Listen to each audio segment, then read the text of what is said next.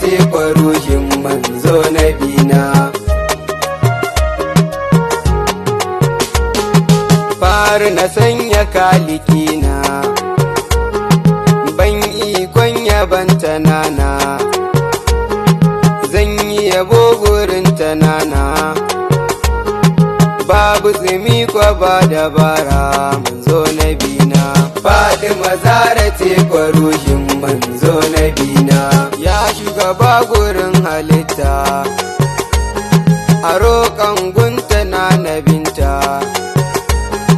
baiwar nan ta yin yabanta, da ta yarje kwaza na furta manzo na bina.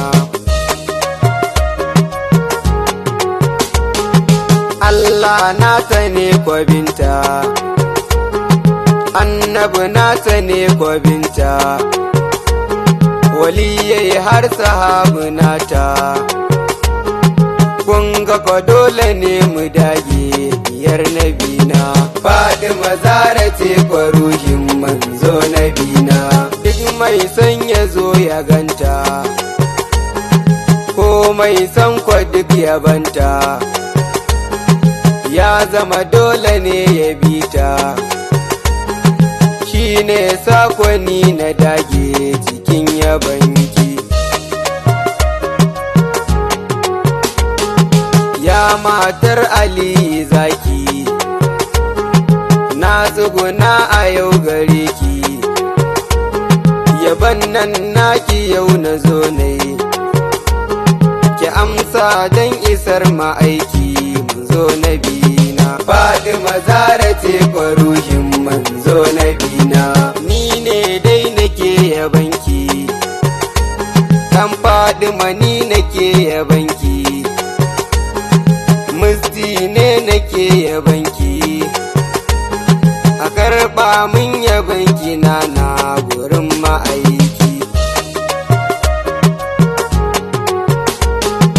Fatima gaisuwa gare ki, ki amsa ya jinin ma'aiki, za na shigo a yau gare ki,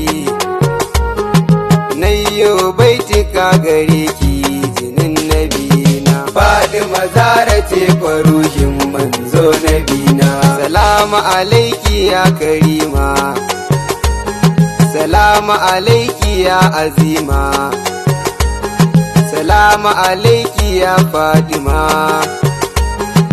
ya ummul Hassan Husaini ke ce karima. Fatima karɓi baitika na, dan girmansa ɗan Amina, a roƙon gunsa mai Madina, dan ahalin gidan ma'aiki manzo na bina. Fatima Zahra ce kwaruhin manzo na bina. Allah mako yayi bayani, annabi mako yayi bayani, akan fa muso ta yayi bayani, dan haka dole ne mu dage jinin nabina. Ya ku ’yan uwa gare ni, fagen sanna na ba bayani, akan sanna na yi yaƙi, wanda ya so ta na yi yaƙini ya so ma'aiki. Fatima Zahra ce kwaruhin manzo na bina. Ni ne na yabanki nana, musti ne yake yabanki, Tiboy shi ya bani sauti, dan Fatima ni nake yabanki nim na bina. Fatima Zahra ce kwaruhin manzo na bina. Fatima Zahra ce kwaruhin